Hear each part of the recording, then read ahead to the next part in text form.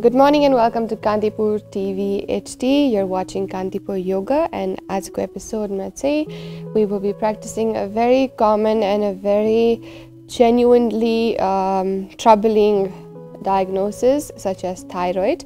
This affects a lot of women from the ages now in this today's world, from the ages of 16 all the way up towards 40, 50, everybody. But आजकल चाहिँ it's starting very young. That's got to do with our lifestyle and our hormonal changes.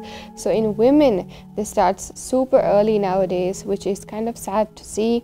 But it's all due to our lifestyle and our food intake, nutritious value, and how our body is slowly being compromised with our surroundings because of the pollution, because of the chemicals used, from tiny things such as from soaps into the food that we get that is on our table, how the vegetables are produced. Everything nowadays is because of the use of fertilizers and other chemicals can cause hormonal imbalances.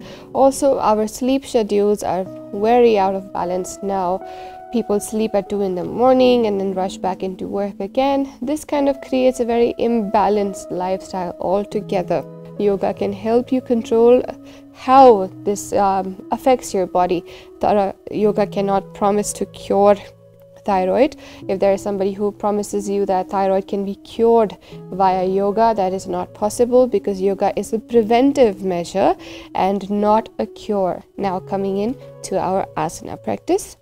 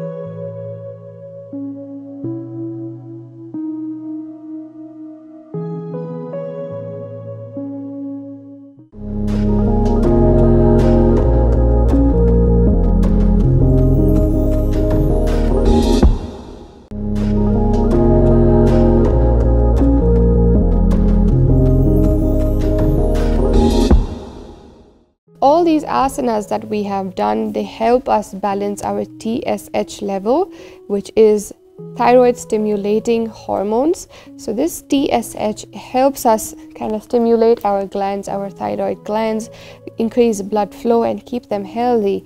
So you will see a lot of these asana practices will be bending, a little bit bending and stimulating more to the neck and the chest. So these asanas will help you stimulate your thyroid glands, creating your TSH level balance and hormonal balance for your body.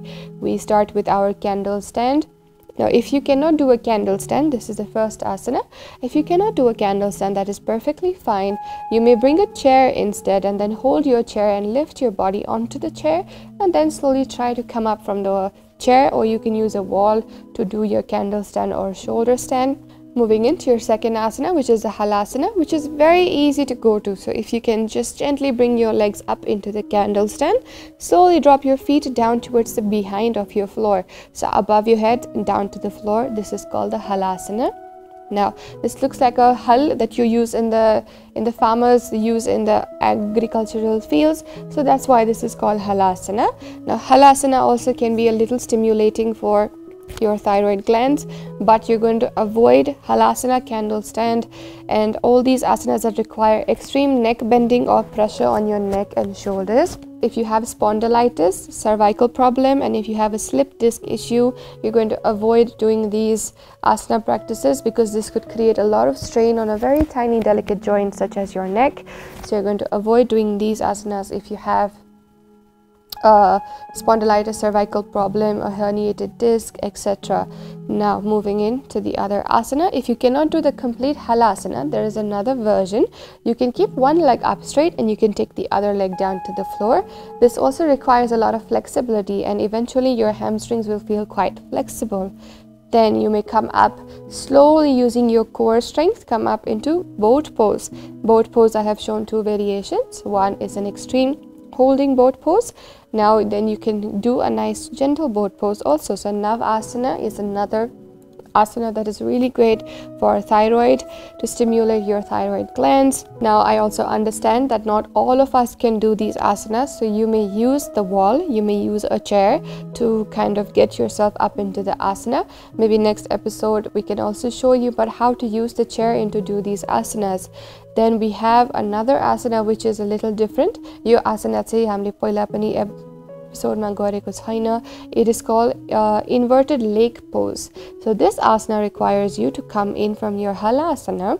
You will place your hands as an L shape or a shelf to hold your hips and lower back.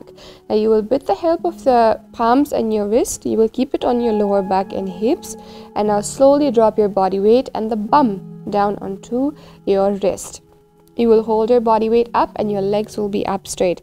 Now in this asana, if you consider your shoulders a little weak, or your body may be a little heavy from the lower half, or if you are not confident with how to work your lower back, you can try this on a chair for starters. So you can keep your leg against the head of the chair, you can keep your glutes down onto the base of the chair, and your back can be down on the floor. So this can be a nice introduction to your inverted leg pose. Now that was about the leg pose. Coming in to our wheel pose. Wheel pose is also called Chakrasana. Now Chakrasana, again, we have done a complete episode dedicated to our wheel pose. If you want to go into that, you can again scroll through and find the wheel pose episode and then try and practice that first. This Chakrasana is also great again to stimulate and open up your chest, shoulders, your neck, stimulating again your thyroid glands. This will benefit you if you have hypothyroidism or hyperthyroidism. Also strengthen your abdominal muscles and arms a lot. So if you struggle with the Chakrasana, you might want to try a few variations from that episode that I just mentioned right now. You may also do your cat and cow seated. You may choose any variation of your cat and cow. You can also try forward bending. This may help you stimulate your thyroid glands even better. But if you try standing forward folding. This may cause a lot of blood rush into your head, and this may not be beneficial for someone who has low and high BP, accommodating your thyroid. Also, you want to keep very cautious about how you practice your asana practice, because majority of the people do not only have one condition, we have a lot of other conditions, and our lifestyle also matters with our yoga practice. So if you have cervical pain, spondylitis, all these play a huge role in your asanas and yoga practice. And yoga is not supposed to cause more damage than already has been caused. But if you do asana practice the wrong way, or if you are practicing asana in a different way than traditionally is practiced, kindly be cautious of how you're going to be affecting your body, because a lot of asanas can backfire also. If you do your forward bendings with high and low BP and you suddenly stand up, if you have vertigo, you may find yourself feeling dizzy and nauseous. You may find yourself losing out of balance or falling down and hurting yourself. So you want to be very cautious when you try and practice. I hope you save this and do these later and practice again. I will be back again tomorrow with another episode, especially for people who suffer with sciatic pain. So if you have sciatic nerve pain, you might want to watch that episode. I hope you have a very nice day ahead. Thank you.